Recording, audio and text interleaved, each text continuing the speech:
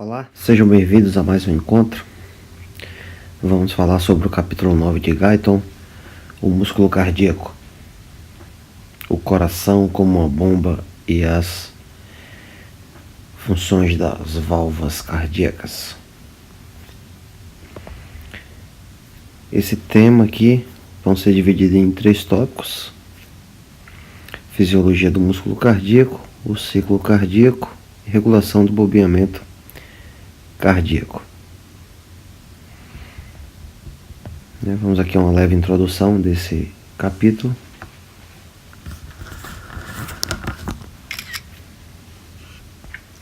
Só para relembrar aí, vamos relembrar o que é circulação pulmonar ou pequena circulação, tá?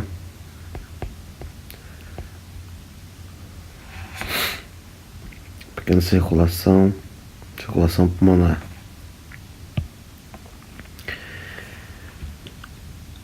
A pequena circulação,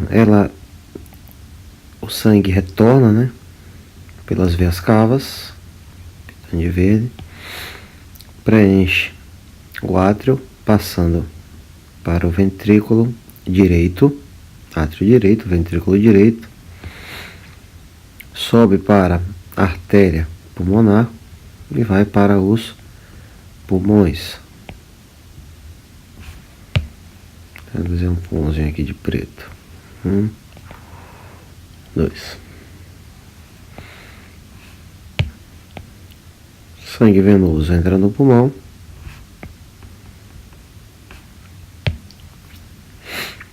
Tá com o amarelo aqui, representando que ele fez a troca gasosa. E vai retornar através das veias pulmonares.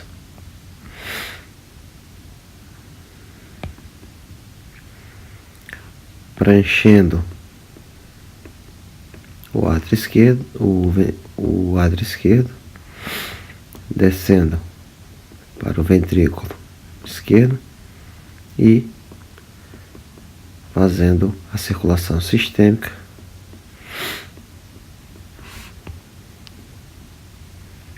descendo aqui pela aorta torácica, sequência pelo abdominal, aqui saindo pela artéria braquiocefálica, subindo, né, se ramificando, aqui pela carótida primitiva esquerda e aqui pela artéria subclávia. Tá, só. Então essa de amarelo seria sistêmica, a de verde aí a pulmonar. Então, coração aí, vamos classificá-los em 2 divisões.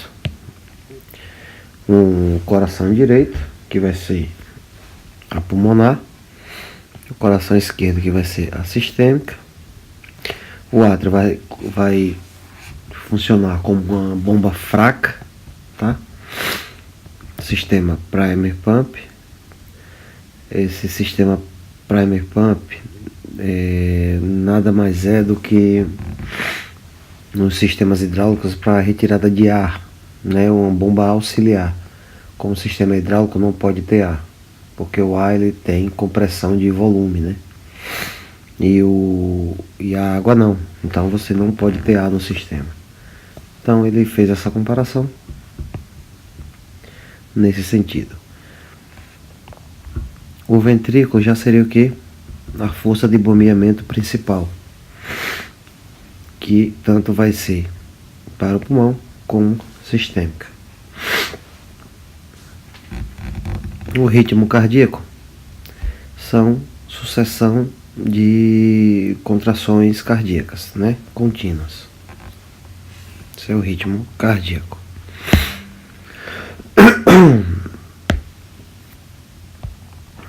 Então, avançando aqui agora para a fisiologia do músculo cardíaco. Vamos descer aqui. Próximo tópico. Tem aí esses tópicos, tá? Em fisiologia do músculo cardíaco, nós vamos abordar os seguintes subtemas: anatomia fisiológica do músculo, potenciais de ação no músculo cardíaco e acoplamento excitatório, tá? A função dos íons de cálcio e dos túbulos transversos aí. Então vamos aqui para uma leve introdução, algumas considerações iniciais. O coração, nós temos basicamente aí 3 músculos, né? O músculo atrial, o músculo ventricular e os músculos excitatórios e condutores. O nodo sinusal e o nodo atrioventricular são células musculares especializadas na condução de impulso elétrico, tá? Assim como os feixes atrioventricular, o raios de His, as fibras de Purkinje, são todas células musculares especializadas na condução do impulso elétrico. Então, por isso, essas 3 divisões aí desses músculos. Então, vamos aqui para a anatomia fisiológica do músculo cardíaco. Ele é um músculo, a classificação dele é estriado, possui filamentos de actina e miosina, assim como no músculo esquelético, tá? Então, ele é um músculo estriado cardíaco, classificação dele.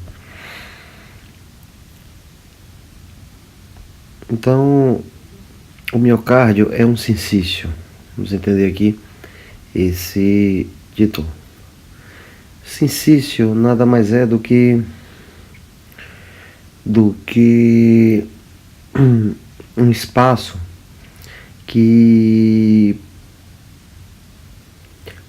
comum onde várias células vão poder se comunicar, tá? Então, tem algumas definições, por exemplo, membrana que tem vários núcleos, mas o entendimento é isso, é como se tivesse várias células e todas pudessem se comunicar dentro desse vale, desse sincício, né? Desse espaço. Então, através desses discos intercalares que a gente viu aí em histologia, né? Você favorece essa troca de íons através dos gaps, as junções de gap, né? Que ele justamente tem essa facilidade de trafegar, né? Isso é muito importante para a condução dos impulsos, para que o coração se despolarize por igual naquele sincício, né? Por isso que a gente tem um sincício dos átrios e um sincício do ventrículo. Então, toda vez que ele contrai tanto o átrio direito como esquerdo, depois contrai o ventrículo direito e esquerdo juntos, né? Devido a esse sincício, 2 sincícios, tá? Então, tá aí os gap junctions, junções de gap, permite aí a difusão rápida, né? Tem uma rápida ligação aí do líquido intracelular, do miocárdio, ali na túnica média, né? Lembrando que o coração o miocárdio corresponde à túnica média. Sabe que os vasos têm túnica íntima, média e adventícia. O miocárdio é a túnica média. 2 sincícios separados por tecido fibroso, tá? Gerando potenciais totais. E a condução através dos sincícios, né? Um é o atrial e o outro sincício é ventricular, é conduzido pelo feixe atrioventricular. Então tá aí sincício atrial e sincício ventricular. Então tá aí a explicação do coração: só contrair o átrio, os átrios, e só contrair o ventrículo, devido a esses sensícios.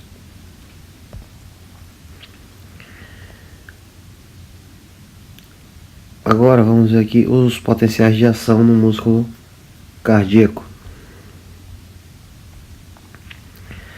Uma leve introdução aqui, tá? Em média, há uma variação de 105 mV, iniciando aí na sua fase despolarizada com menos 85 mV e polarização a 20 mV. O platô, que é essa... Deixa eu desenhar aqui, deixa eu indicar aqui na figura. O platô, essa área aqui, ó, essa queda aqui, mais estável, vale 0,2 segundos, tá? Esses valores são importantes decorar mesmo, tá?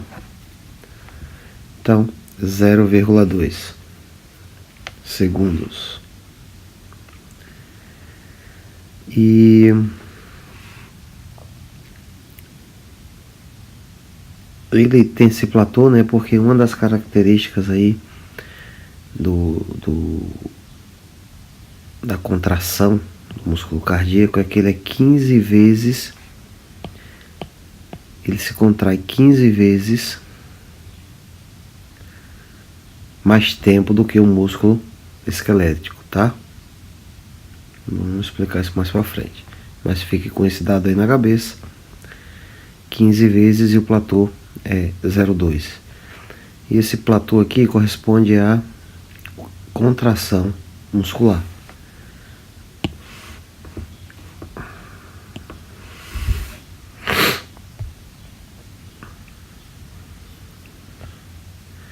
O que causa o potencial de ação prolongado, o platô, né? Então vamos aqui para algumas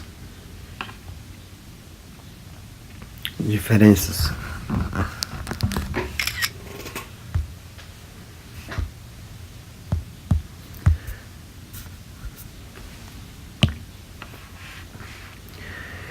Então, no potencial de ação do músculo esquelético, aqui nesse item de cima, canais rápidos de sódio, né?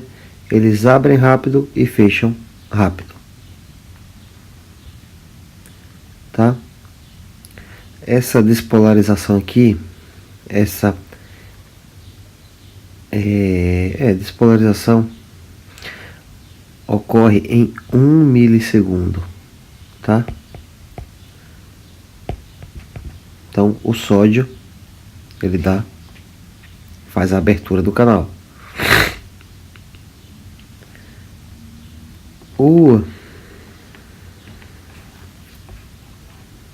Já no músculo cardíaco, né, esse aqui é o músculo esquelético.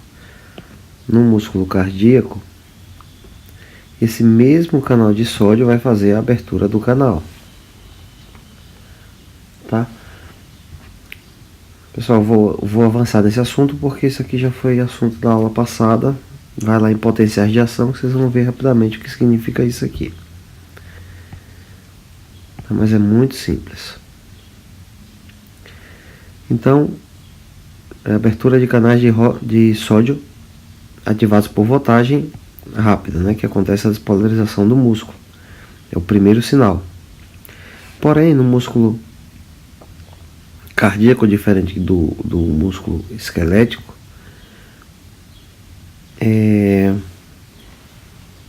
existe esses canais de sódio de cálcio, né, do tipo L, são lentos, né? Também ele pode ser chamado de canal cálcio-sódio, tá?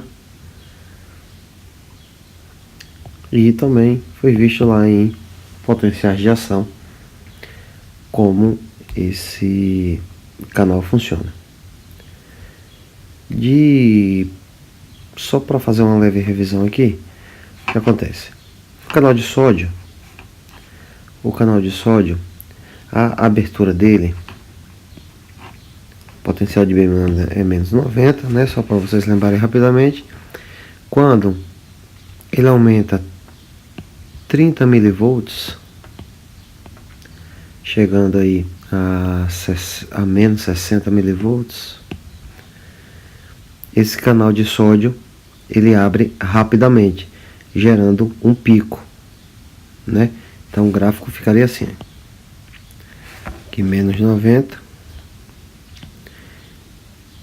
ele gera um pico, que é justamente a abertura rápida de sódio, não é isso? Esses canais de cálcio lento, eles são ativados com a entrada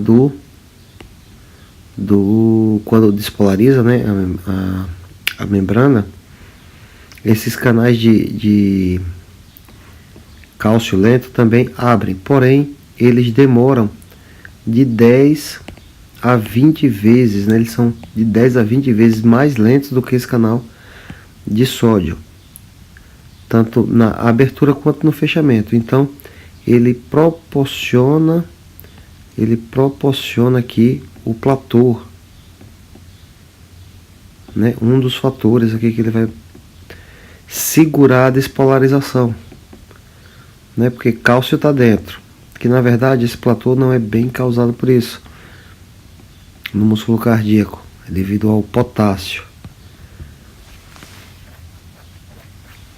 Mas quando eu digo que ele segura a despolarização, é no sentido de manter o músculo aqui contraído, tá?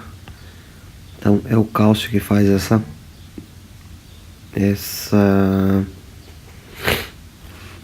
sustentação da contração, enquanto o potássio está segurando o tempo.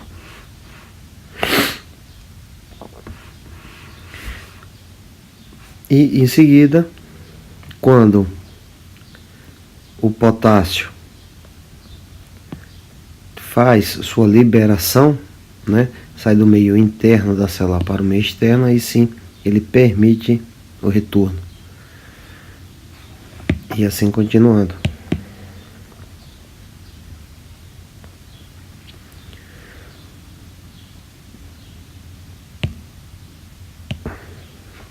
Então, canais de cálcio tipo L,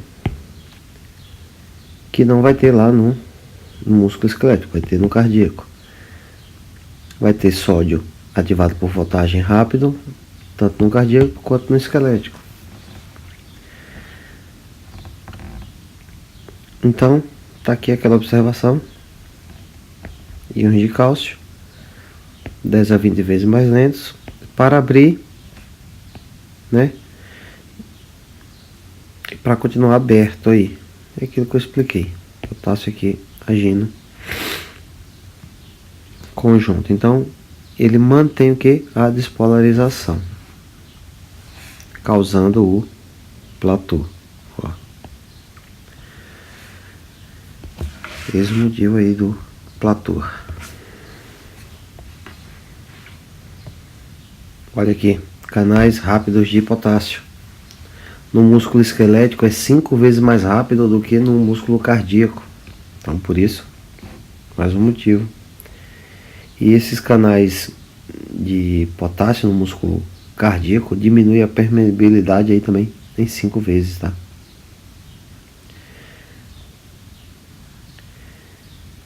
Após o fechamento dos canais de cálcio lento, ele demora aí 0,2 a 0,3 segundos para ocasionar esse fechamento.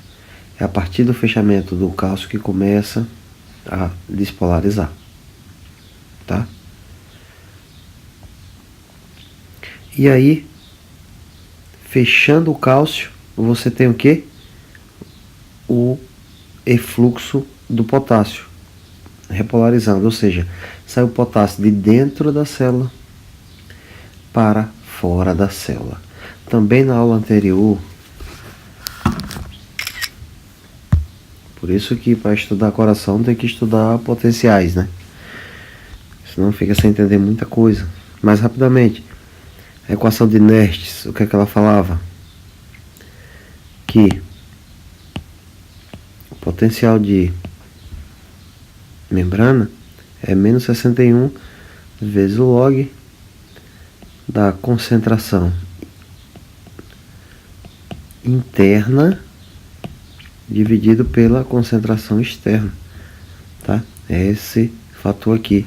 E se a gente pegar lá na primeira aula aí, a gente viu que a concentração interna é 140, se não me engano. A interna é 140 e a externa era 4, né? Não me recordo agora de cabeça, porém eu sei que internamente dividido por externamente vai dar aí 35, tá? Então se você pegar a equação de Nernst, pega menos 61 vezes log de 35, você vai achar aí o potencial de membrana de 90 milivolts, não é isso? 95. Enfim, o valor exato não interessa. O que eu quero que vocês entendam é que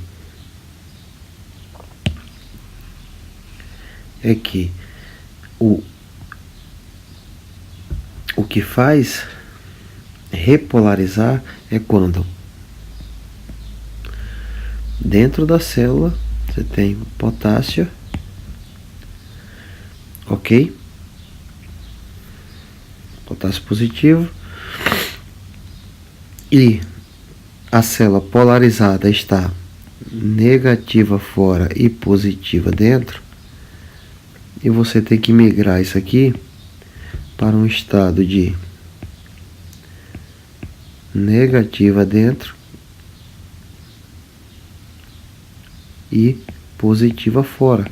Isso aqui vai ser a repolarização, não é isso? Então, se a partir do momento que o cálcio lento, né? Cálcio lento, ele não permite que isso aqui saia, que esse cálcio saia, tá? Isso vai favorecer que por mais tempo ele fique despolarizado, ó, nessa configuração. Quando o cálcio fechar o seu canal, que ele é de 10 a 20 vezes mais lento do que o sódio, aí sim ele permite a saída do potássio de dentro da célula. Cai potássio, tá? Não sei se eu falei cálcio, mas cai potássio. Então, quando ele permite que o potássio saia da célula, ele volta à configuração normal de repouso. É repolarizando. Então, assim que o canal de cálcio lento cumprir sua missão, ele permite a saída do potássio e despolarizado. Aulas de potencial de ação tá bem explicadinho. Isso aí.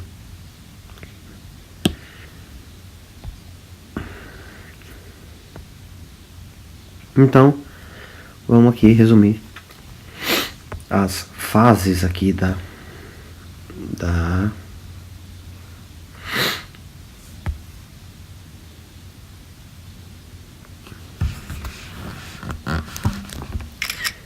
os potenciais de ação, coração.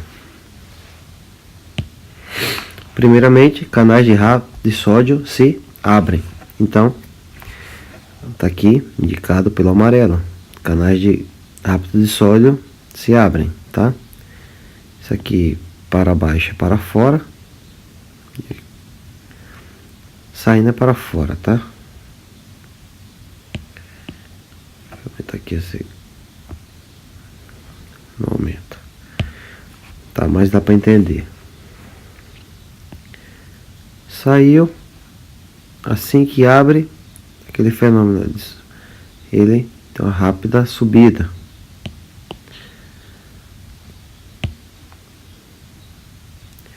Assim, a cobertura desse canal permite a ativação também dos canais de cálcio lento, certo? Então, quando o cálcio lento começa a trabalhar, observe que o sódio aqui, o potássio sofre uma forte influência, ó. Potássio permaneceu preso enquanto o cálcio lento está agindo. Após que o cálcio lento terminou de trabalhar, o potássio começa a fluir, tá? Então, observe aqui, ó. Platô, não é isso? Potássio desse pico. Aqui, nesse ponto aqui. O cálcio, ó. Segura a contração. Assim que acaba, ele faz que despenque, ó.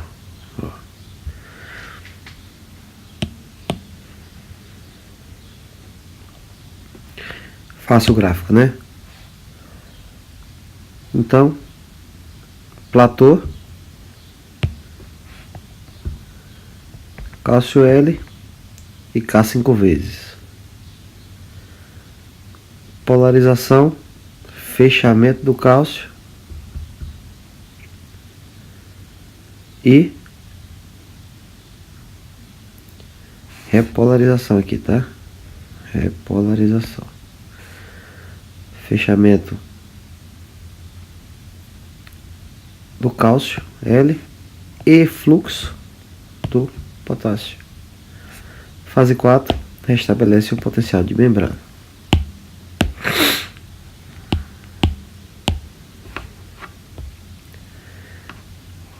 Ok?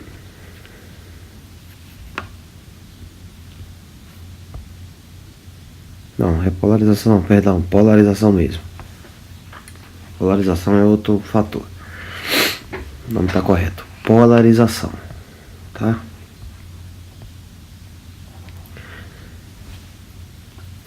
Então, a velocidade. Daqui a pouco eu chego em repolarização, vocês vão entender o que é. Velocidade da condução do sinal do miocárdio. Então, nas fibras musculares atriais, quanto nas ventriculares, você vai ter a velocidade de condução de 0,3 a 0,5 metros por segundo. Tá? E aqui está um comparativo que na fibra nervosa calibrosa, ela é 1 por 250 segundos, 1 por 250, e a outra corresponde a 1/10. Tá? Mas fique com esses dados aqui, 0,3 a 0,5 segundos. Até agora vimos dois dados quanto a esses tempos, ó. Não vamos confundir. Cálcio lento demora de 0,2 a 0,3. Isso corresponde ao tempo do platô, segundos, tá? Isso aqui é a velocidade de condução. Fibras de Purkinje de 4 metros por segundo. Período refratário. Período refratário significa dizer que ele pode ser excitado por outro impulso mais forte, tá? O período refratário no coração, ele é de 0,05 segundos.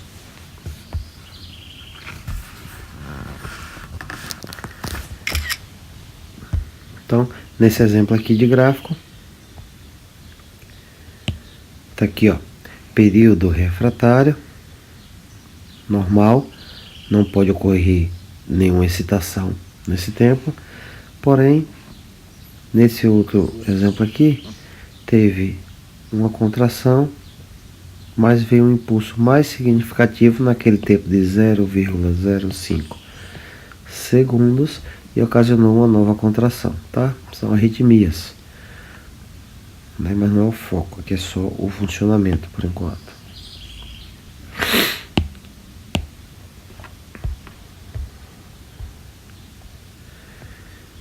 Duração da contração.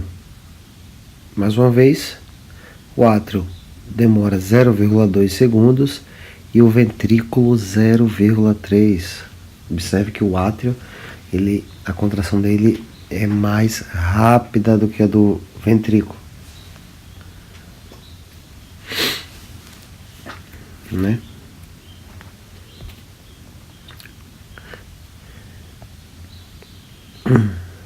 Então, esse acoplamento excitatório, né, que é a contração aí dos íons de cálcio dos túbulos transversos, tá? Tá aqui o tempo, acabei falando antes, mas vamos aqui para essa leve introdução, relembrando aí, você tem o sinal aí que a gente acabou de explicar ele bem, né? Que é a despolarização, platô e polarização. Não é isso? Então, na despolarização, observe aqui a diferença dessa janela que abriu na membrana, que esse sinal para despolarizar é justamente para que o cálcio comece a entrar na célula, tá? O cálcio essa entrada de cálcio aqui vai fazer com que se despolarize essa também, tá? Fazendo com que cálcio no retículo sarcoplasmático saia também e vai interagir com a quitina e miosina, fazendo as contrações, né? Se encaixando lá na tropomiosina, se não me engano, vou checar esse nome.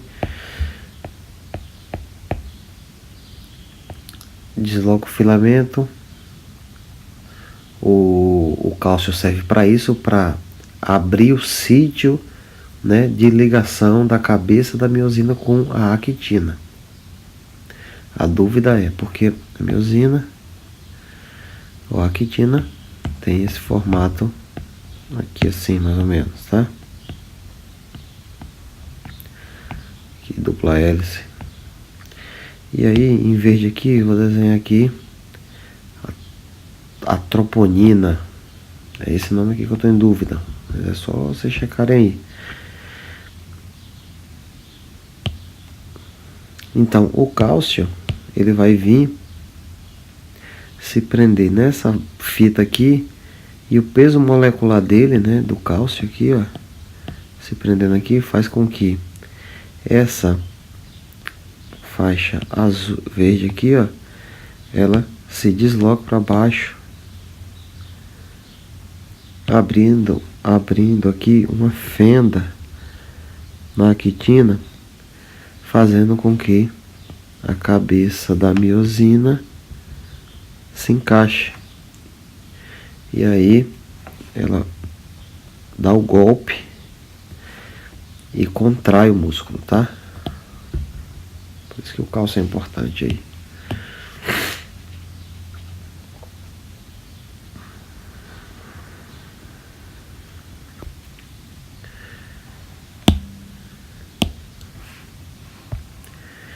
Então, deixa eu melhorar essa imagem. Ok.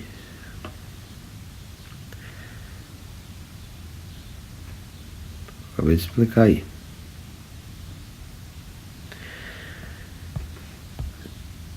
Então,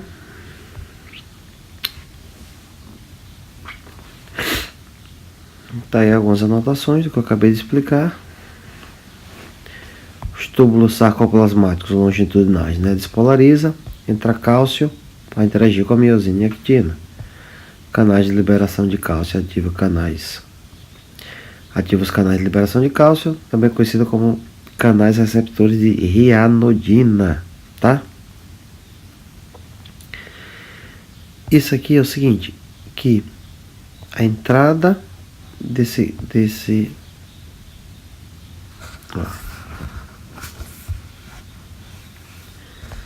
rianodina é esse canal em azul aqui, ó.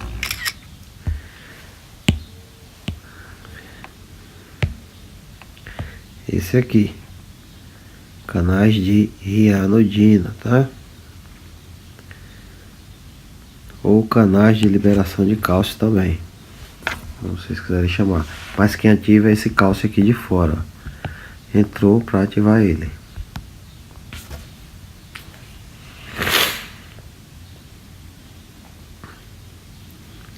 Então, outro nome aí pode aparecer rianodina, tá? Crossbridge, o cálcio reage com a troponina. Aqui é o nome que eu estava procurando. Eu acho que eu falei tropomiosina, não é troponina, pronto. Para formar aí as pontes cruzadas, tá? Aquela história lá de deslocar. Então, são causados quase inteiramente pelo cálcio, né? O retículo sarcoplasmático no interior das fibras musculares esqueléticas, tá? Ou seja, essa contração aí é causada exclusivamente pelo cálcio, tá? E a duração da contração. Então, fisiologia do músculo cardíaco, basicamente essa daí. Tranquilo? Tá. Próximo tópico é análise gráfica do bombeamento ventricular. Vamos aqui rapidamente fazer algumas considerações iniciais. O ciclo cardíaco é o início do batimento, é o início do próximo batimento. O nodo sinusal, ele tem geração espontânea, né? Em ambos os átrios, passando pelos ventrículos, no feixe atrioventricular, e o retardo é de 0,1 segundo. Lembrando, né, que a gente viu que o átrio é 0,2 e o ventrículo é 0,3 período de contração, ou seja, está um retardo aí de 0,1 segundo.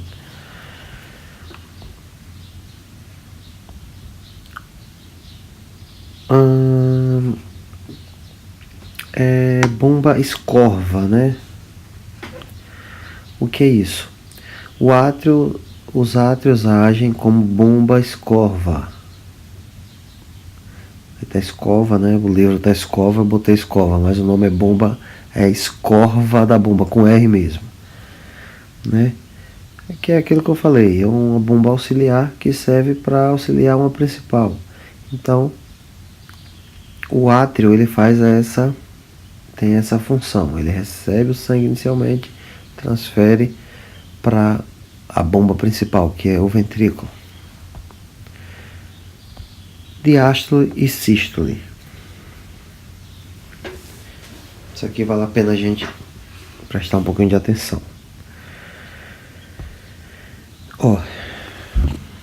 Observe essa figura.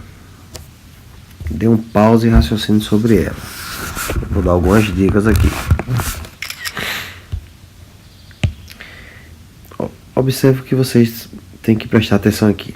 Aqui nós temos quantas curvas da pressão. Nós temos 1, 2, 3, 4, 5, 6 curvas, ok? Tá. Vamos aqui fazer relações, né? Primeiro, a pressão ventricular, que é essa em vermelho, tá? A pressão aórtica é essa pontilhada superior e a pressão atrial é essa. Então, observe que quando o fechamento da válvula atrioventricular, né? Lembrando que as duas fecham ao mesmo tempo, né? Tanto a tricúspide como a mitral ou bicúspide fechar ao mesmo tempo. Então, a gente vamos para não ficar falando esses dois nomes, vamos chamar de válvulas atrioventriculares. Elas vão cerrar. Ao cerrar, ela vai ter um período de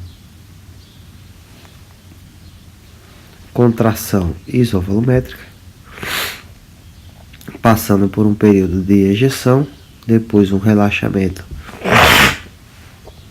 isovolumétrico. Esse detalhe é importante. Cisura dicrótica, né? Aqui é a incisura. E aqui a abertura das válvulas atrioventriculares. Tá? Observe que a pressão aórtica, né? Aquela que você vai fora do coração, nos vasos, ela tá oscilando aí entre 120 e 80. Então, no relaxamento dá 80. Na pressão diastólica, no relaxamento. Na pressão sistólica, na contração, ela chega até 120.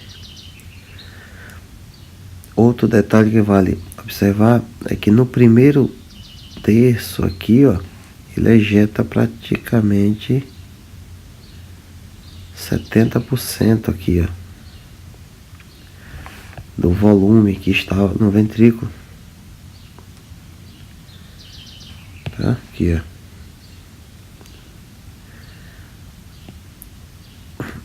E o restante do tempo, os 2/3, ele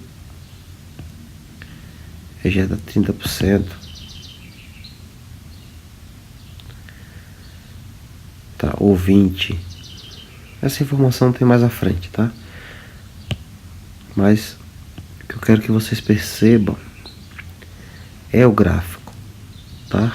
Então, observe que logo nesse primeiro terço há um volume maior ejetado. O restante do tempo da ejeção é menor o volume. Nas contrações,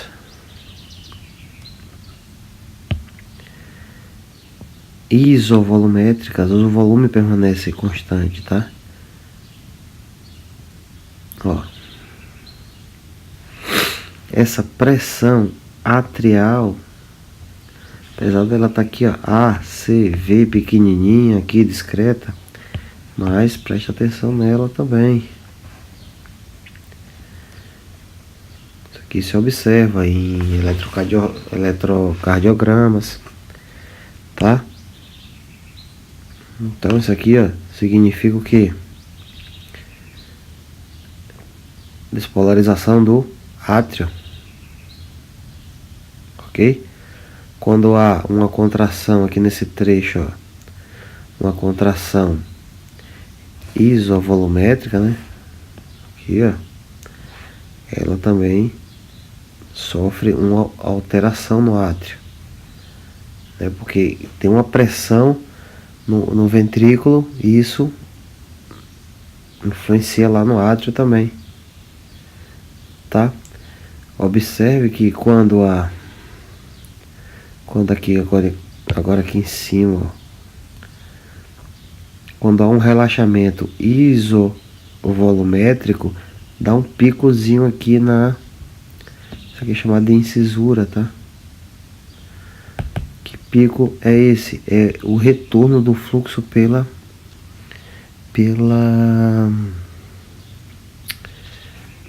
válvulas semilunares, né? Há um retorno um pouquinho do fluxo, porque ela é uma bolsa, dá aquele estalo mais seco, aquele tá, né? Aquela bulha mais seca, a segunda bulha. Essa daqui, ó. Ó, aqui é B1, primeira bulha. Aqui B2, segunda bulha. Então, os latidos do coração esse aqui vai ser o tum, ó. Esse aqui vai ser o tá, né? Postei um vídeo lá também sobre latidos do coração. Então é tum tá, né?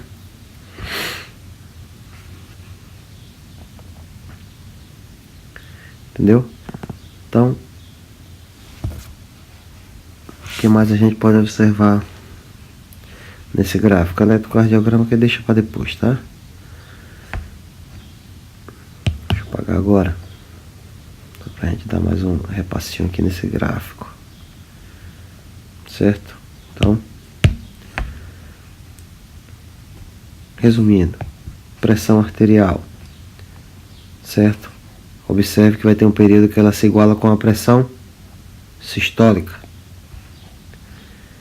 Que período é esse? Quando há a abertura da válvula após a contração isovolumétrica.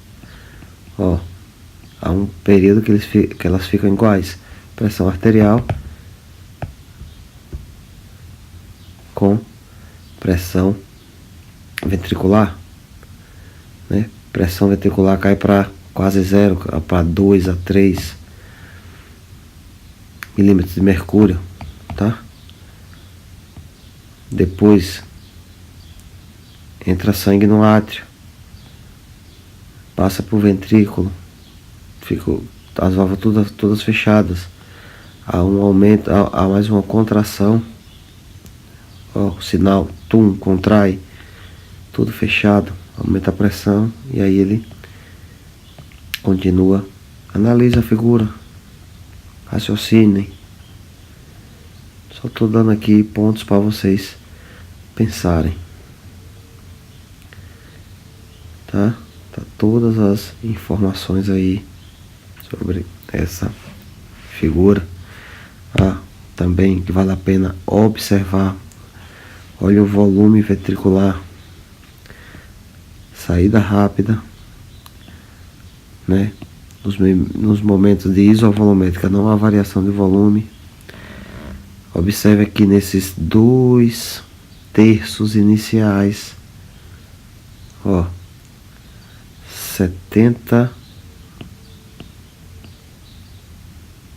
80% aqui, ó.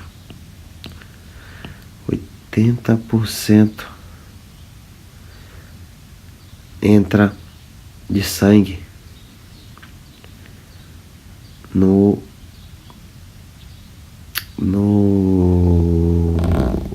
ventrículo, né?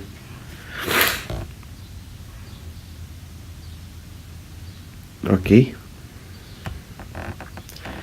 E o restante entra pela contração do átrio, o restante dos 20%. Ok? Raciocinem aí. Então, podemos observar nesse vídeo em seguida, que eu vou dar o play aqui, o comportamento da sístole e da diástole.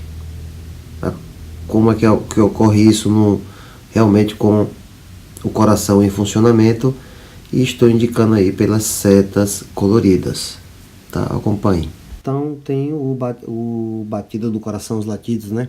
Vamos representar aqui pela direita, em laranja escuro. A gente tá vendo, tô desenhando o nome aqui tum, e mais acima tá.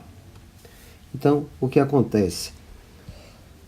Acompanhe comigo aqui o movimento. Quando a tricúspide fechar, vai ser o tum. Quando as válvulas semilunares, a aórtica e a pulmonar abrir, vai ser o tá. Então, deixa eu sincronizar aqui, vamos lá. Tum tá, tum tá, tum tá, tum tá, tum tá, tum tá, tum tá, tum tá, tum tá, tum tá, tum tá, tum tá, tum tá, tum tá, tum tá, tum tá, tum tá, tum tá. Observaram? Sempre no fechamento da tricúspide, tum, fechamento das semilunares, tá. Então, muito simples, ó. tum, tá, sempre nos fechamentos, tá? Então, com relação a esse gráfico aqui, vamos iniciar aqui pelo gráfico verde. Agora a esquerda aqui, mais abaixo, no canto esquerdo da tela. Então, a gente começa aí com a abertura da válvula tricúspide, tá? A abertura da válvula tricúspide, ela abre junto com a mitral também, que é do outro lado. Tá, mas vou falar tricúspide aí porque a gente está olhando para ela. Então, a abertura da tricúspide, no primeiro ciclo aí do gráfico, você vai ter a abertura da tricúspide e o fechamento da semilunar pulmonar.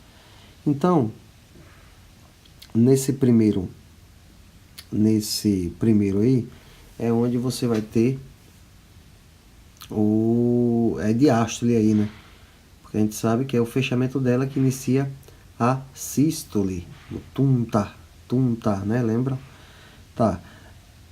Nesse intervalo de tempo aí, até abrir a válvula semilunar, você vai ter uma contração isovolumétrica, né? Que é para o sistema aí dos ventrículos acumular energia para jogar para os pulmões ou para o corpo, né? Então, em seguida você vai ter a abertura aí indicado pela cor laranja agora, lá no topo do gráfico. Você vai abrir lá a pulmonar, como eu acabei de me referir, enquanto a tricúspide vai estar fechada. E aí você vai ter o momento da ejeção. Em seguida, você vai permanecer com as duas válvulas, a tricúspide e a semilunar, fechadas. E aí você vai ter um relaxamento isovolumétrico, para depois iniciar com a abertura aí já pelo gráfico verde, perdão, o isovolumétrico no azul, né? Então o verde volta aí para a diástole, que é o que? É o TAR. Ó, o TAR, justamente quando fecha a semilunar, você vai ter a abertura da tricúspide. Pode ver o sincronismo aí, fechou, abriu, fechou, abriu. Ó, fechou semilunar, vou falar fechou semilunar, abriu tricúspide, fechou, abriu, vamos lá, fechou, abriu, fechou, abriu, fechou, abriu, fechou, abriu, fechou, abriu, fechou, abriu, fechou, abriu, fechou, abriu. Entendeu? Aí é justamente o TAR, que é a diástole. Fechou, abriu, fechou, abriu. Então, outro detalhe aqui importante é que quando você está inspirando, né, botando oxigênio para dentro, o tá não vai ser tá, vai ser tra, tá? Deixa você faz esse som aqui, ó. Vai ser assim. Vamos lá, tum tra, tum tra, tum tra, tum tra. Esse TRA, tum tra. Quando você está expirando sem oxigênio, é normal, tum tá, tum tá, tum tá, tum tá, tá? Outra coisa, com relação aos volumes, é tranquilo. Então, o que acontece? Isovolumétrico, ou seja, os volumes vão permanecer constantes, tá? Na diástole, os ventrículos vão se encher de sangue. Na ejeção, depois tem um período da contração isovolumétrica, que mantém o volume, e daí sim tem a queda do volume, que vai ser transferido para os sistemas, né? Tanto circulatório, tanto pulmonar quanto sistêmico, e assim repetindo o ciclo. Então, fonodiograma seria esse gráfico aí, tá? Agora, o eletrocardiograma vamos ver nas próximas aulas aí. Não é assunto agora não. Com relação à pressão também, tá aí o gráfico. Tá? Nós temos a pressão atrial, ela é bem menor do que a pressão ventricular, tá? Que é ela que é responsável pelo bombeamento, né? A ventricular é responsável pelo bombeamento. Desculpa se eu falei errado aí. E a atrial é justamente para encher a câmara aí dos ventrículos e então a gente observa que a pressão dela é muito próxima aí a zero, tá? Ok, é isso aí. Então, sístole é contração.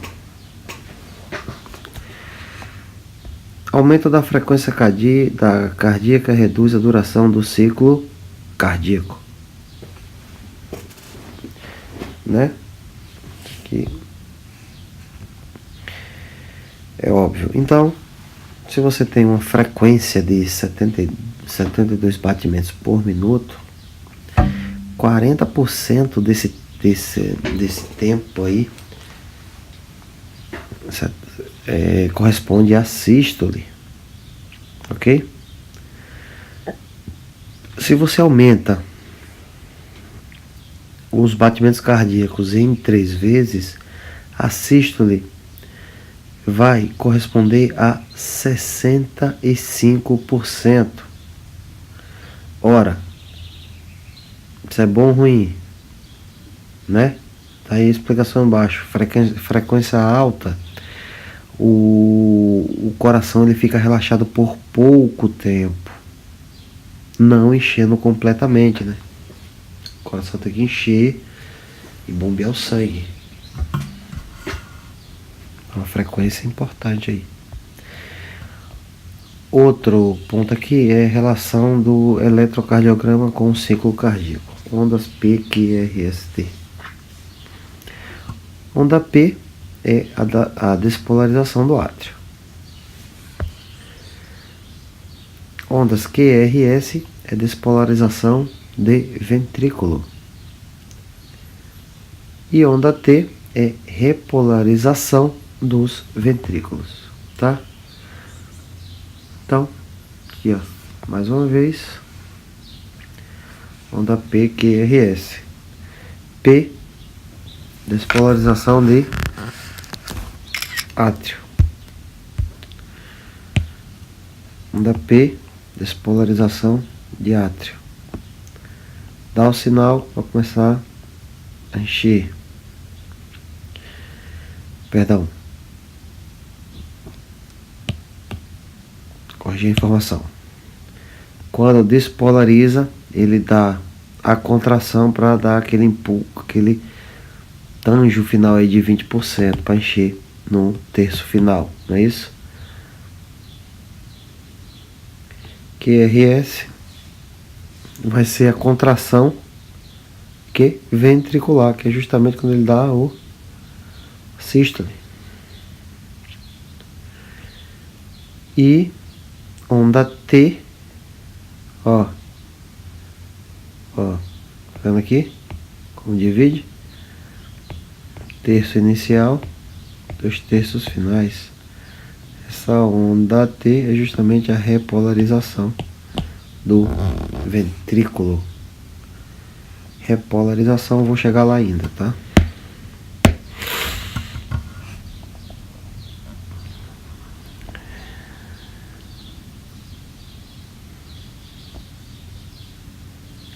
Aqui, repolarização dos ventrículos, onda T.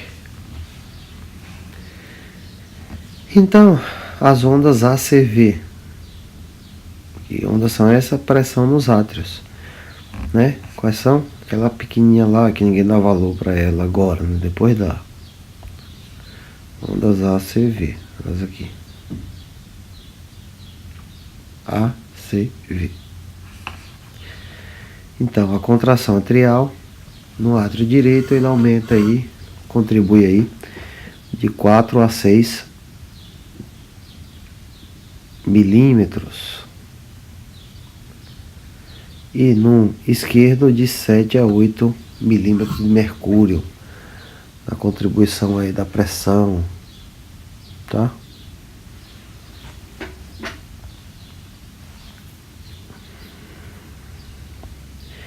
E a V é perto da final da contração ventricular, resulta o lento fluxo de sangue das veias para os átrios. Tá? Quando termina, as válvulas atrioventricular, elas se abrem. Aqui, ó. Vamos ver. Quando ela termina aqui sua ação, a atrioventricular se abre. Certo?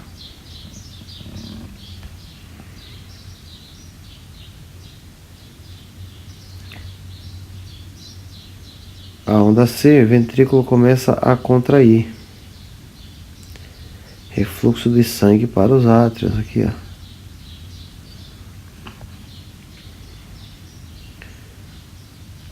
Ok?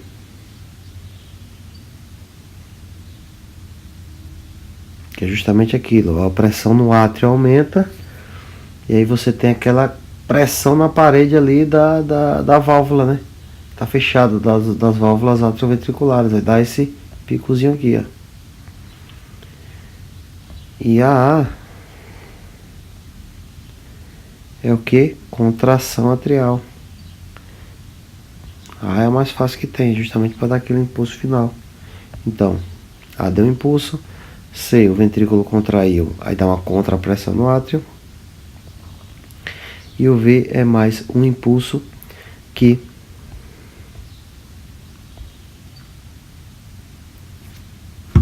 é o sinal para abrir aí as válvulas atrioventricular, tá isso? Ok? Tranquilo.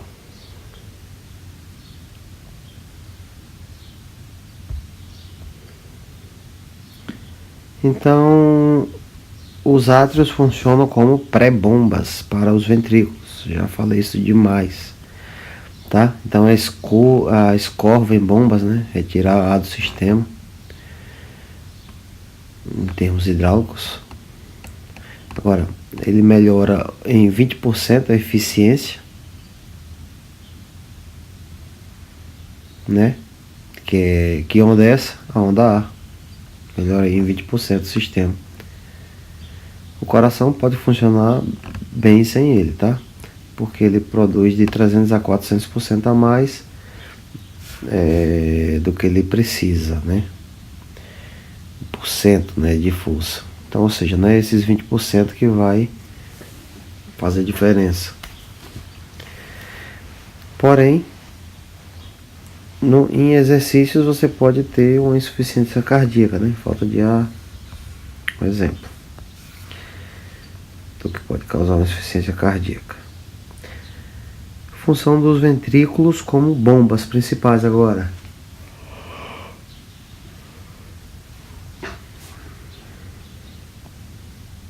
Então,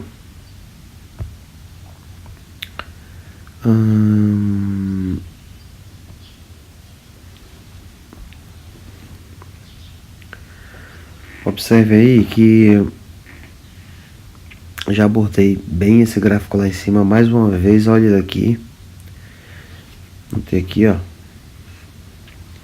O terço final aqui contribui com 20%. É isso? Outra coisa, durante a sístole, pressão atrial sobe. Não é isso? Que é aquela pressão contrária nas costas ali da válvula, das válvulas atrioventriculares.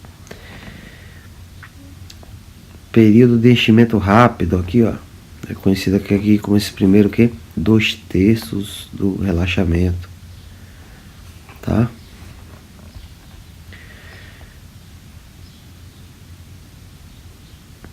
Então, olha outros nomes. Período de enchimento rápido, tá? 1/3 final do átrio.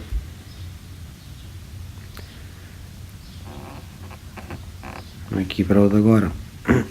Período de contração isovolumétrica. Pós-contração ventricular de 0,02 a 0,03, já vimos isso. Ventrículo gera pressão para abrir as válvulas semilunares, tá? E também ele aumenta a tensão, ok? Ele não ocorre o encurtamento.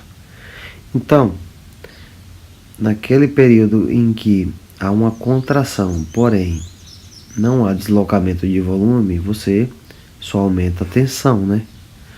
Não ocorre encurtamento das fibras musculares ali do miocárdio. Ou seja, você está comprimindo o sistema para quando abrir as válvulas semilunares, aquilo sair com pressão, né? Pressão sistólica.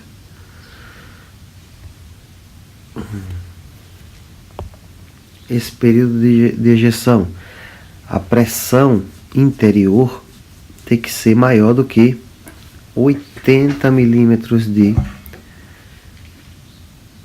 mercúrio. Por quê? Porque a pressão remanescente do sistema arterial, né? 60% da diástole é ejetada, ou seja, tudo que entrou ali no ventrículo, nos ventrículos para ser bombeado, só 60% vai sair. Aqui aquela informação, ó, 70% sai no primeiro terço e 30% nos demais. Já falei isso aqui. Tudo naquele gráfico lá atrás. Aqui só está anotado. Período de ejeção rápida. No primeiro terço. 2 terços finais é lenta.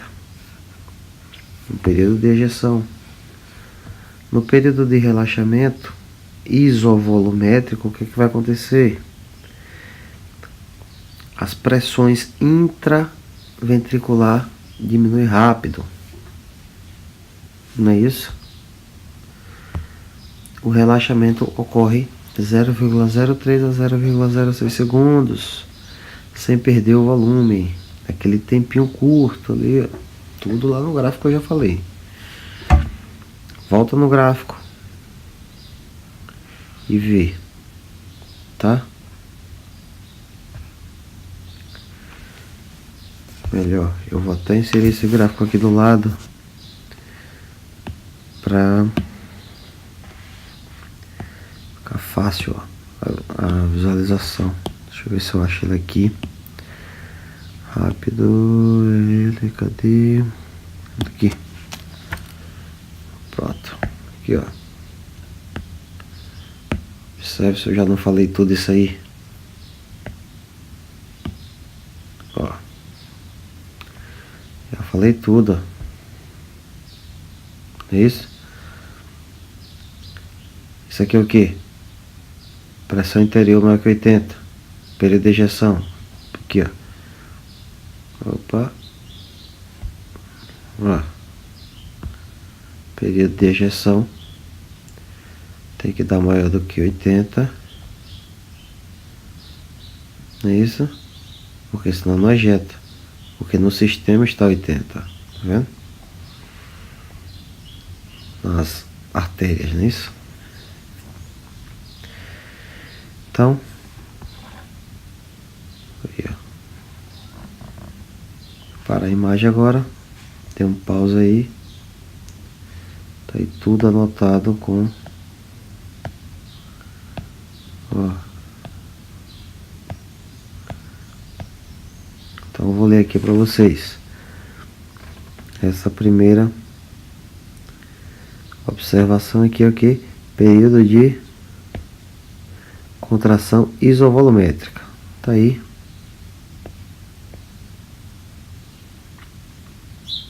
Ok. No período de ejeção, pressão interior do ventrículo tem que estar maior que 80. No período de relaxamento, sem perder volume, 0,030 a 0,06 segundos. É o qual? É esse aqui curtinho, ó. Essas duas barras aqui. Ó. Período de relaxamento aqui, ó. 0,03. Ok?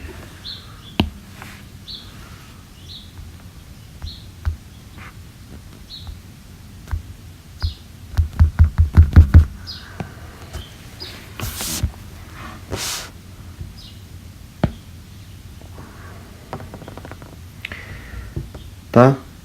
Tô parando isso aí porque é importante. Outra coisa importante, ó.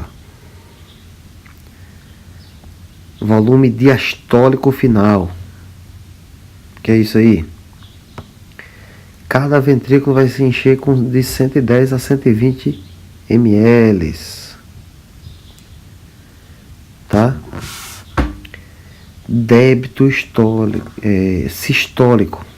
Que é o débito? É o que vai para o sistema. Então, de 110 a 120, você tem que diminuir 70, tá? Então, o débito é o que injeta e o volume sistólico final é o que fica. Ok? Fração de ejeção do volume diastólico ejetado sai o que? 60%.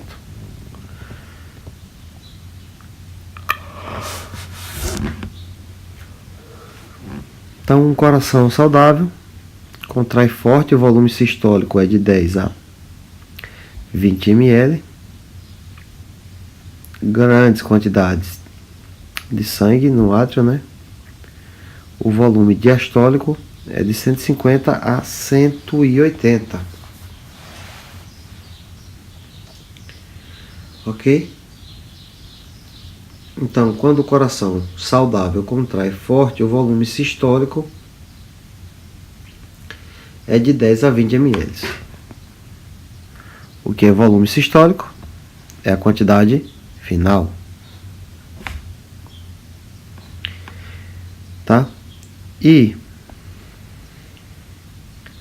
quando grandes quantidades de sangue entram no átrio, o volume diastólico é de 150 a 180. Aqui são os limites, né? Tanto o mínimo quanto o máximo. E o normal é quanto? 110 a 120. Volume diastólico final. Tá? Então, o volume sistólico é o que fica dentro do átrio depois que ejetado. E o volume diastólico é o qual? É o volume que entra no átrio quando ele no ventrículo, né? Sempre é no ventrículo. Quando ele está relaxado. Sistólico contraído. Diastólico relaxado.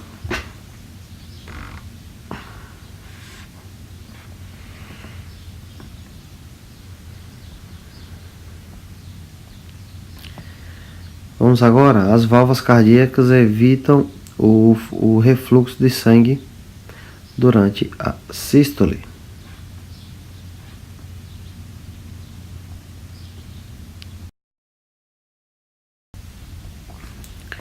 As válvulas cardíacas evitam o refluxo de sangue durante a sístole.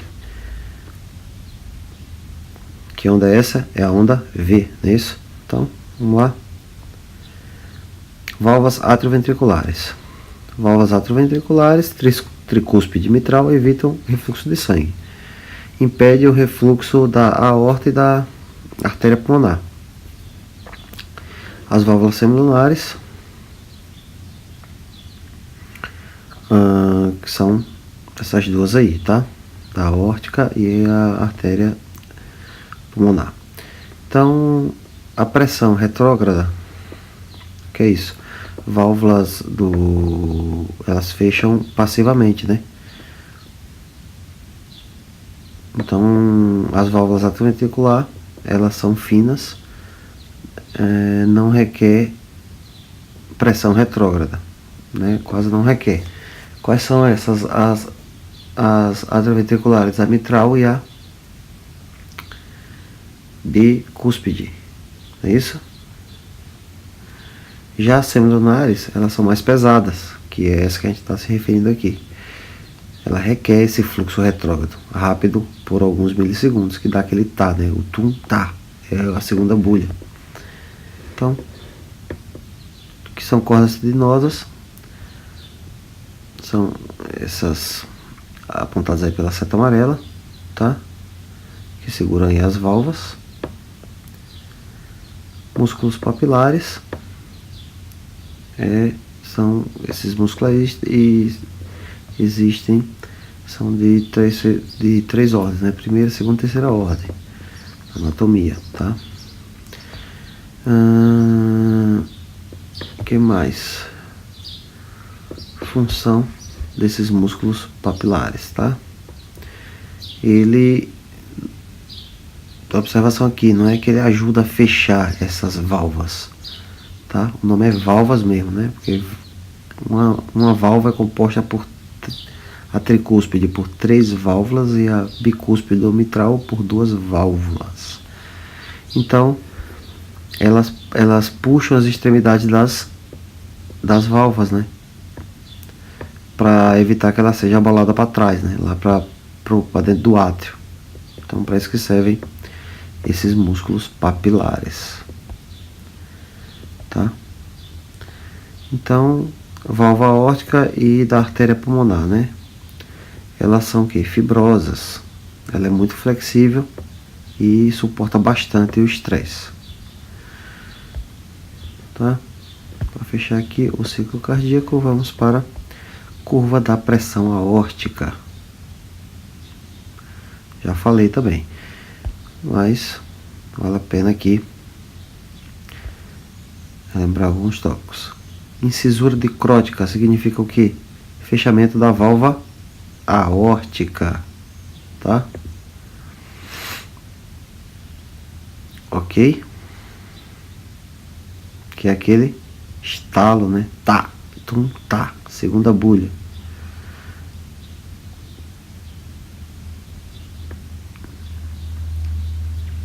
Ok? Ela gera a onda V, que é justamente essa onda V aí nos átrios, vai gerar aí um aumento de uma pressão no átrio por causa desse efeito aí. Entra um pouco de sangue e aumenta um pouquinho a pressão no átrio por causa desse refluxo. Que mais? Incisura, fechamento da válvula aórtica, fluxo retrógrado antes de fechar. As curvas da pressão dos ventrículos direito e da artéria pulmonar são semelhantes, né, ao ventrículo esquerdo, ao da aorta.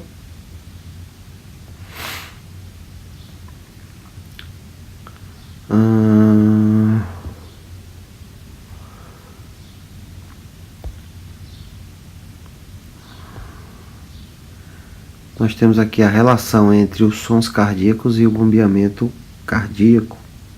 Tá aí as bulhas, sístole, tum, diástole, tá. Ok? E nós temos aí também uma produção de trabalho realizado pelo coração, tá? Essa produção de trabalho eu vou abordar aqui no último tópico, que é o que? Análise gráfica do bombeamento ventricular.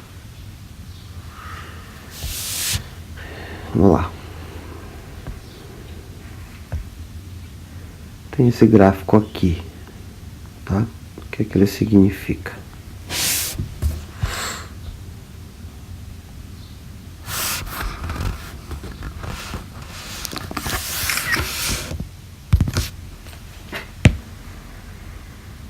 Observe o seguinte, essa área vermelha aqui significa trabalho, né?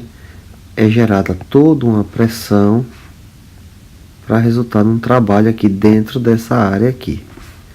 O que é que isso quer dizer? Que teoricamente o coração estaria preparado para trabalhar com toda essa energia gerada, né? Só que de tudo isso aqui ele só vai utilizar isso, ó, tá? Aí vamos aqui para alguns detalhes. Pressão diastólica final do ventrículo, tá? É o que é isso? É medido antes da contração ventricular. Beleza? No ventrículo esquerdo. Ah, sim. Lembrando, né, que essa área aqui é diferente. Ventrículo direito para o esquerdo. Isso aqui é referente ao esquerdo, que vai para a sistêmica. Esse detalhe. Então, a pressão sistólica máxima é de 250 a 300 milímetros de mercúrio. Então tá aqui, ó, 250. Aqui, ó, 250. Aqui é o volume aqui, tá?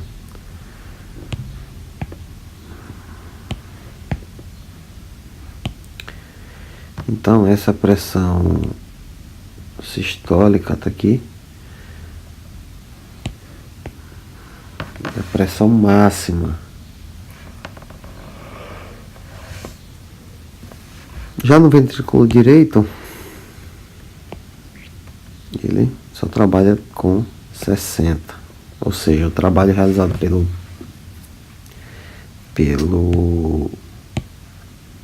direito é bem menor do que o esquerdo, né? É óbvio, já que o direito vai pro pulmão, não precisa de tanto, e o esquerdo vai pro corpo.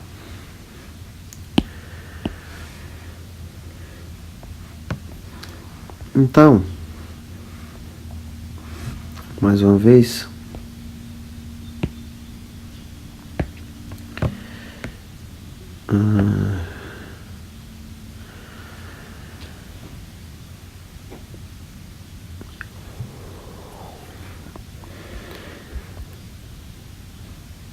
vamos aqui dividir em algumas fases. Fase 1, período de enchimento, tá? Ele vai ter aí de 2 a 3 milímetros de mercúrio diastólico. O volume sistólico final de 50. E volume diastólico sistólico final 50 e diastólico final 120. Tá? Fase 1. Vamos lá. Fase 1, fase 2, fase 3, fase 4. O que ele está dizendo é o seguinte, que nessa fase 1, o volume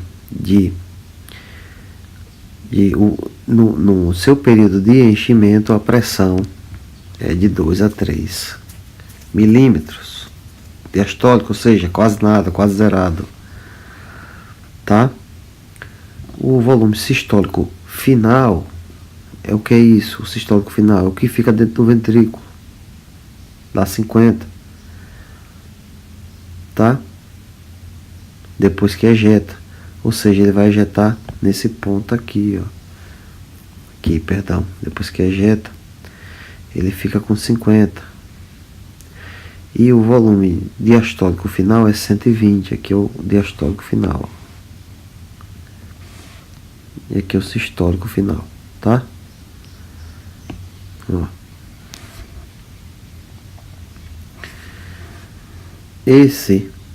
Essa fase de enchimento está representada aqui nessa curva.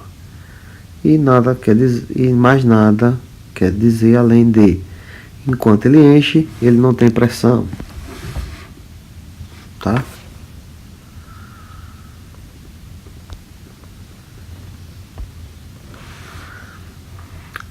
Aí ele vai passar para a produção efetiva de trabalho externo, que é justamente o período de bombeamento, tá? A produção efetiva desse bombeamento aí. Beleza?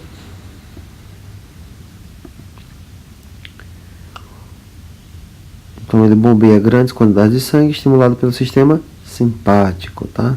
Ele aumenta o trabalho. Então, período de contração isovolumétrica, que é a fase 2. Ó, essa parte da subida aqui, ó, isovolumétrica. Você tem quanto aí de pressão? 80 milímetros de mercúrio. Tudo aquele gráfico lá inicial explica tudo. Isso aqui é só detalhe daquele gráfico. Se você entendeu isso aqui, cadê ele? Esse gráfico aqui, você já matou tudo. Tá? Então lá o 80 de novo. O que é que ele está dizendo com esse 80? Que é justamente, ó, nessa contração isovolumétrica, todas as válvulas estão fechadas, tá? Com 80. Então quando ele superar essa pressão, é que ele começa a bombear. Período de ejeção, maior pressão, e aumenta a pressão, cai o volume. Na fase 4 é o período de relaxamento. Válvula aorta fecha e retorna a pressão diastólica para 2 a 3 milímetros. Então são 4 fases, tá? Simples demais. Isso aqui é o trabalho realizado pelo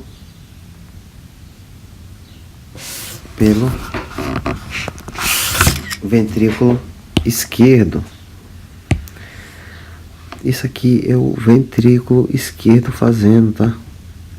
Aí o que é que ele transfere para o sistema aórtico, para as artérias? Só essa parte aqui de cima, ó, de 120 a 80, né? Ele gera todo esse trabalho, só o sistema pega isso aqui.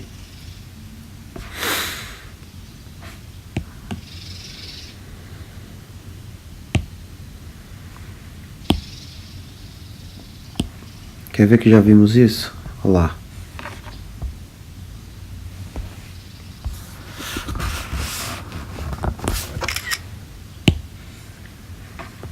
Olha lá. Eu vou desenhar aqui, ó, em verde, ó. Fazer um,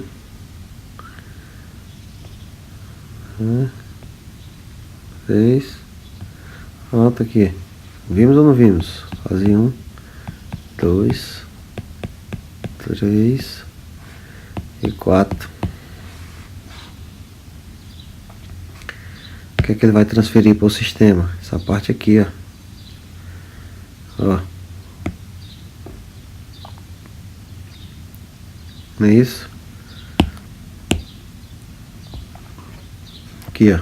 Pressão na aorta, que vai pro corpo.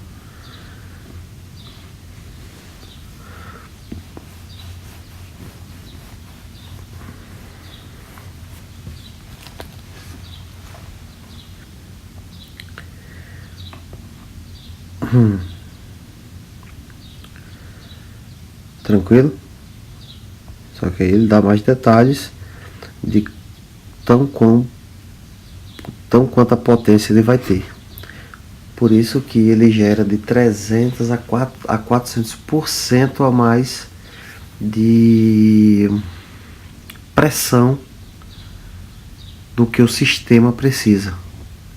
Por isso que, mais uma vez, esses 20% aqui gerada pela contração da onda A não vai fazer diferença para o sistema, porque o próprio sistema já tem autonomia suficiente, né, para trabalhar. Não é isso?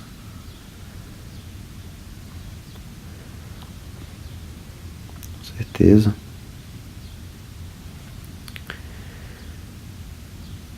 Avançando mais um pouquinho aqui. Pré-carga e pós-carga. Vamos lá. Rapidamente, pré-carga é o quê? Tensão no músculo antes de se contrair. É uma pressão diastólica final com o ventrículo cheio. É uma pré-carga, tá? Pós-carga é a força contrátil. É a pressão sistólica na fase 3. Qual é a fase 3? Maior pressão, exceção de volume, tá? Então,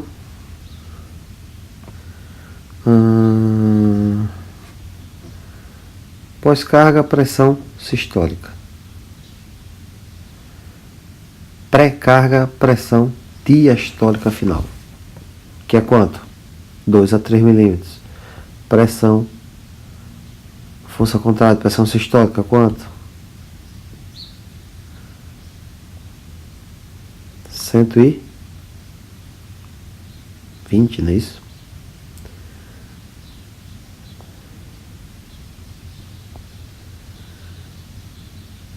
Então, energia química necessária para a contração cardíaca, né? O uso de oxigênio. O oxigênio está diretamente ligado aí com a força da contração. Então, 70 a 90% vem da oxidação aí do ácido graxo, né? Não vem tanto da glicose, da lactose. Então, representa de 10 a 30%. E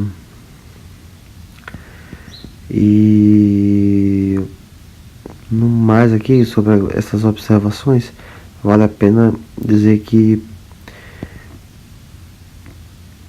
o oxigênio, né, ele está diretamente relacionado com EW. Que é EW aqui nesse gráfico? É isso aqui, é o trabalho, tá?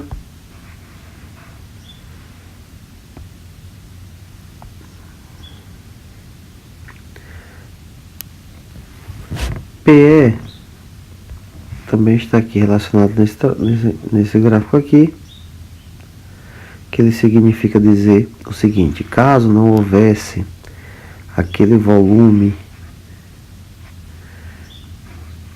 que fica no ventrículo após a ejeção, era um trabalho adicional que o coração tem que desenvolver. No caso, quando ele se esforça bastante, quando ele fica bem seco ali, ele tem que gerar aquele potencial a mais, ou aquele trabalho a mais, tá? Então, oxigênio relacionado com tensão de contração, sistólica gasta mais, igualmente para o ventrículo direito, tá? Mesma coisa. Então, esse dado aqui, para o ventrículo direito, importante, né? Que é onde vai pro pulmão. No caso de insuficiência cardíaca, o ventrículo aí estiver dilatado, né? A quantidade de energia química requerida para esse trabalho for maior, né? Digamos, chegou lá muito sangue ali. Se ele chegou muito sangue, ele se dilatou muito. Quando ele dilata muito, ele vai precisar de mais energia para contrair. Porém, quando vai o coração, ele está insuficiente. Chegou muito sangue, mas ele não tem a força para contrair. Por que ele não tem essa força? Porque faltou, olha que interessante, o oxigênio. Porque o oxigênio faz uma reação química, está diretamente ligado a essa contração, a oxidação, né, dos ácidos graxos aí. Ok?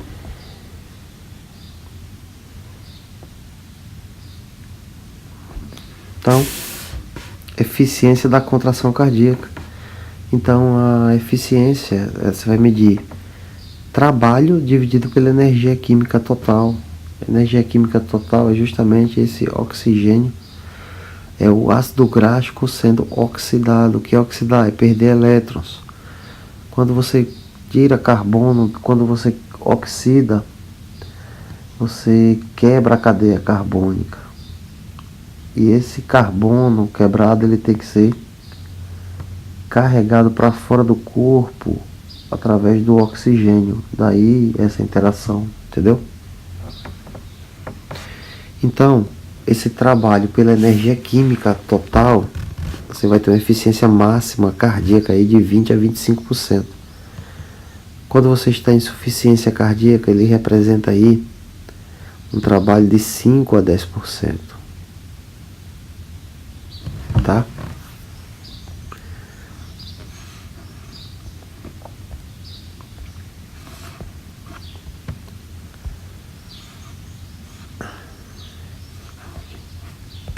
Dá uma travadinha aqui, olha. Bom.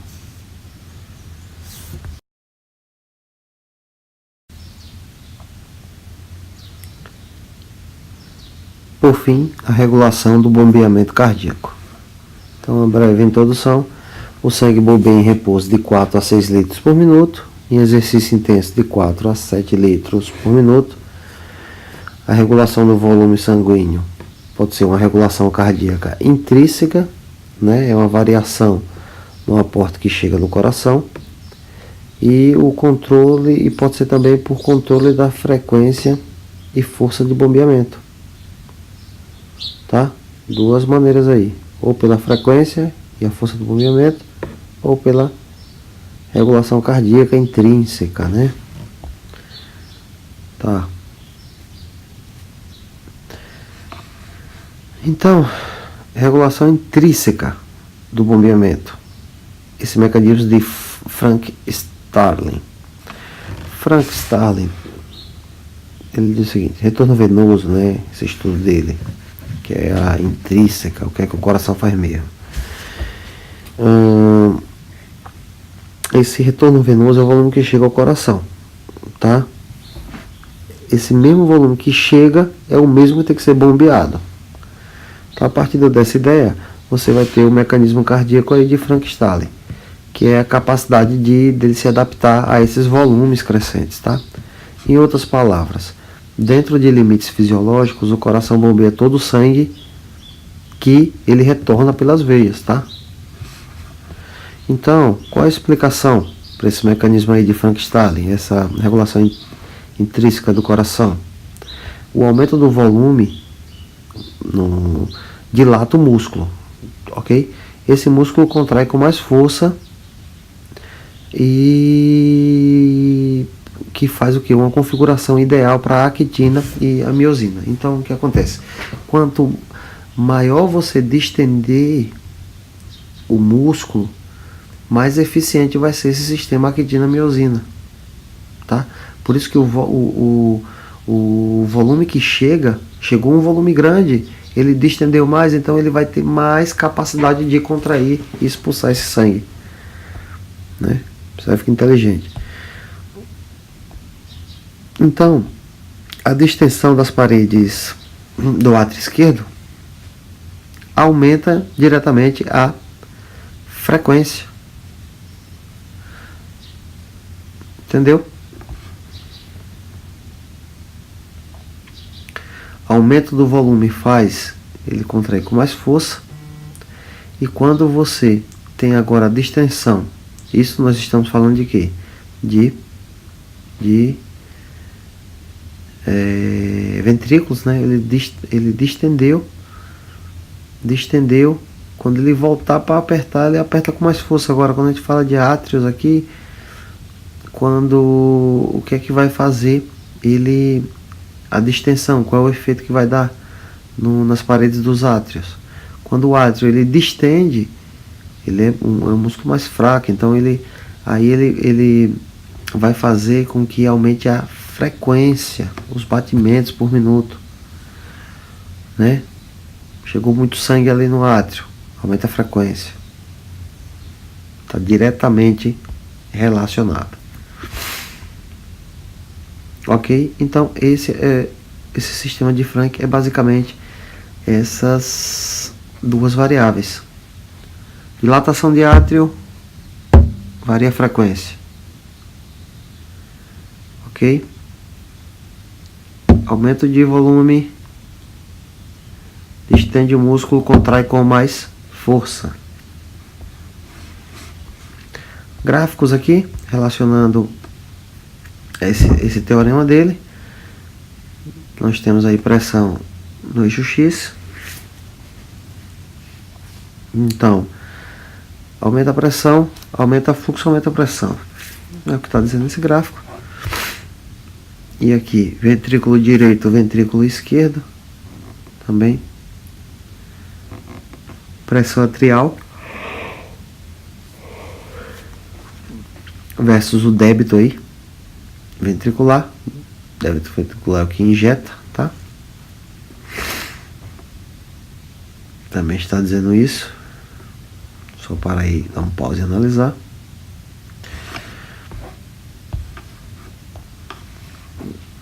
Contribuição, controle do coração pela inervação simpática e parasimpática, tá? Então, tá aí a eficácia de bombeamento. Quem é que inerva o coração aí para fazer esse controle simpático e parasimpático? Ok? O parasimpático vai ser o nervo vago, tá? Observe isso daqui, ó.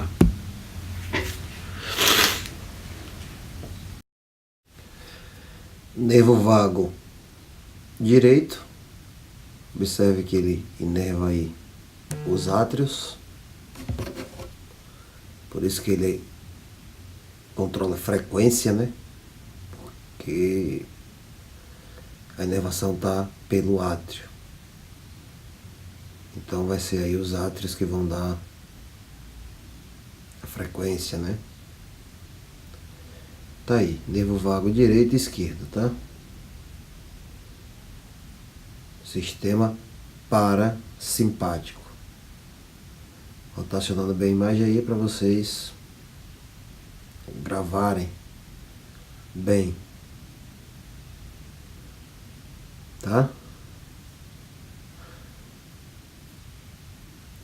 Ok, vamos voltar aqui para a apresentação. Então tá aí, o parasimpático, vago. A gente sabe que o parasimpático serve para desacelerar, frear. É o antagonista do simpático, né? Então o nervo simpático pode aumentar até 100% aí, a eficácia do bombeamento, e o parasimpático diminuir até 0, inclusive. Então, para determinar níveis de pressão atrial, tá? Atrial, nervos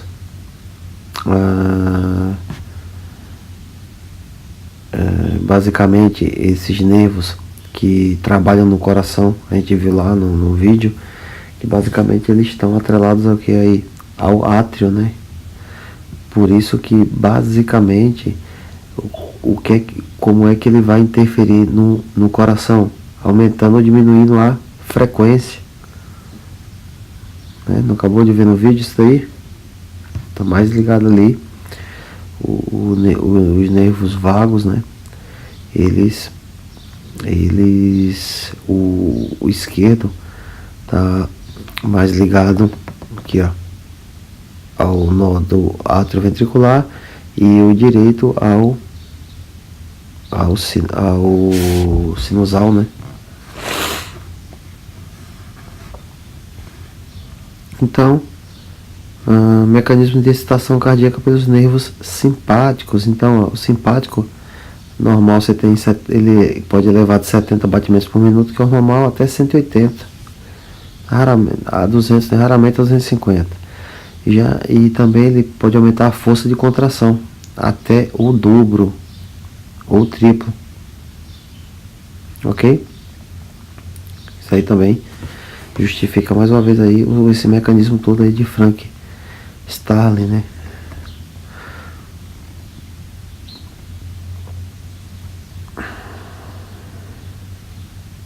Então, a estimulação parasimpática vagal reduz a frequência cardíaca, consequentemente a força aí, né?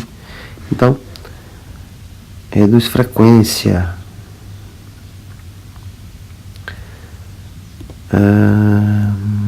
Então ele se localiza anatomicamente lá no átrio, como a gente viu.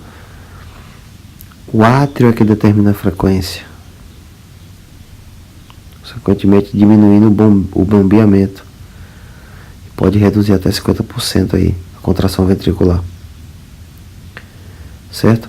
Esse estímulo vagal reduz aí de 20 a 30% de contração, tá? Observa aqui esses gráficos aqui, ó, efeito dos estímulos simpáticos e parasimpáticos. Então, quando você tem uma estimulação simpática máxima, você tem um débito cardíaco aí aproximadamente 23 litros por minuto, tá?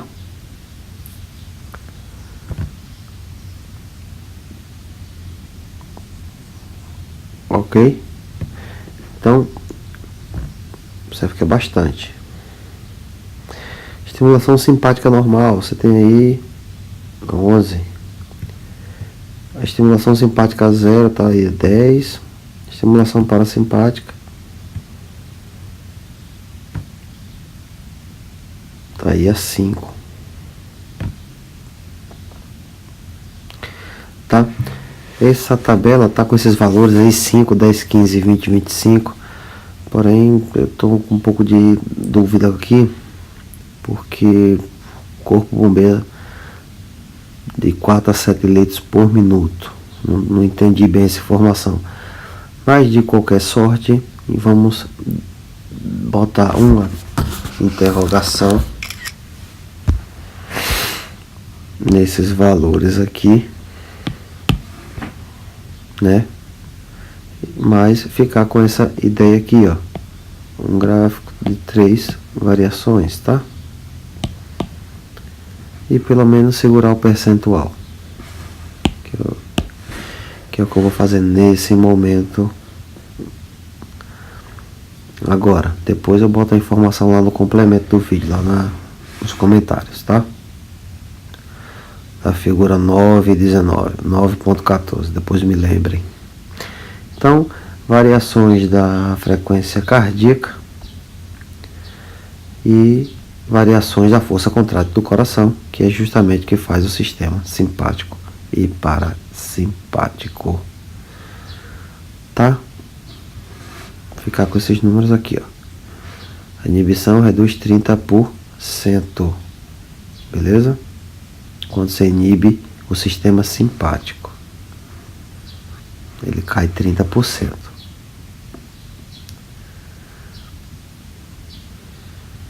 Tá? Que mais? Vamos lá.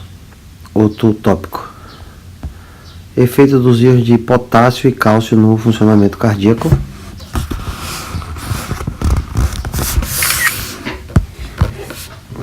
Expliquei também isso no início da aula, mas está aí anotado.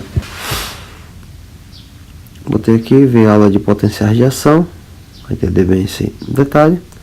Então, concentração no líquido extra de 4. Se você aumentar de 2 a 3 vezes, né, de 8 a 12,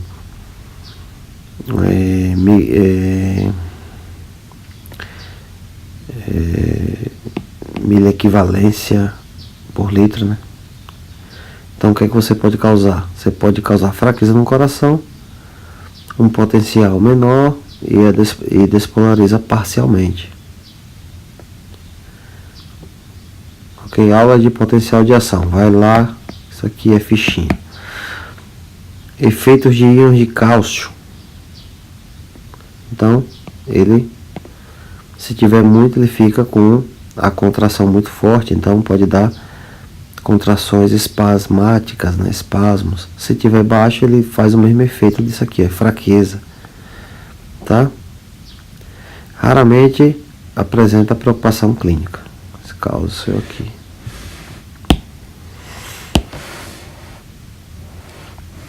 Efeito da temperatura. Então, temperatura na força contrátil alta aumenta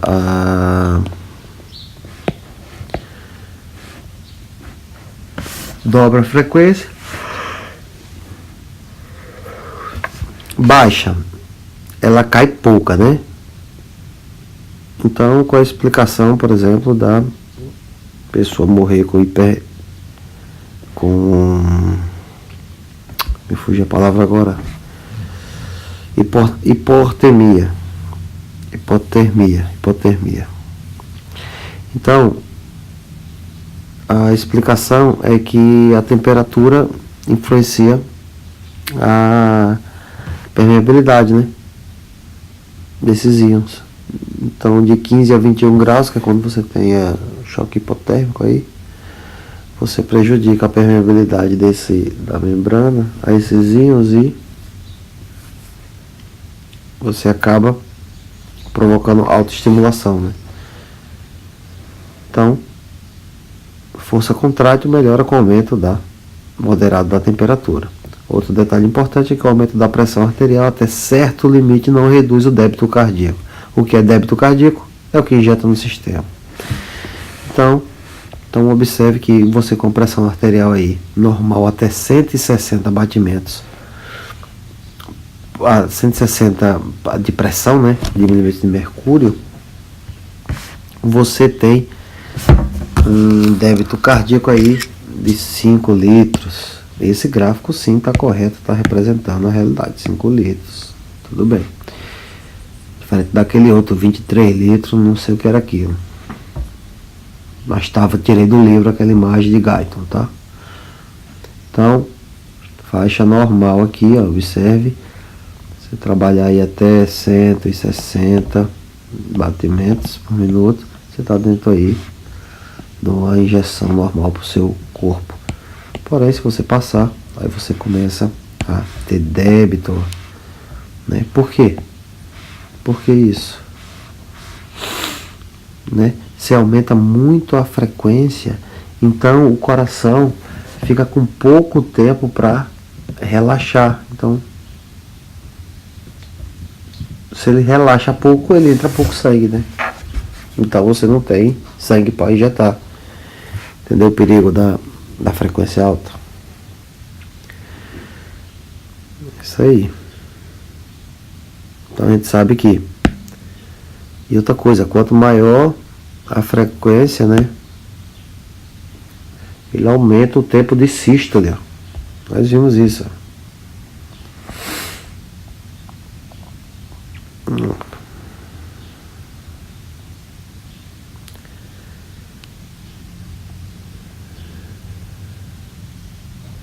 Em diástole e sístole. Cadê? Fisiologia. Ó.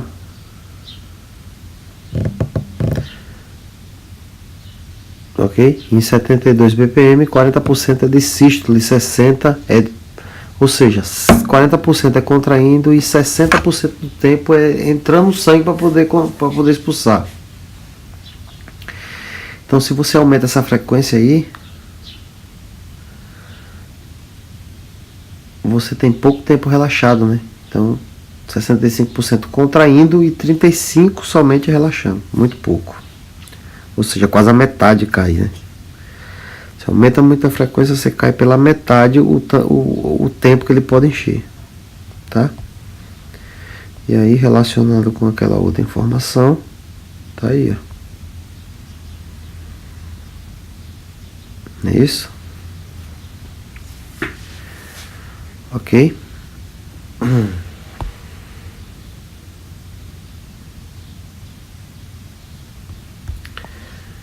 Então, pessoal, ela foi puxada aí, né? Mas disso tudo aí, preste muita atenção nesse gráfico aqui, ó. Entenda esse gráfico que você matou essa aula toda. Todo esse gráfico, toda essa aula é para explicar esse gráfico. Tá? Então, muito obrigado e até a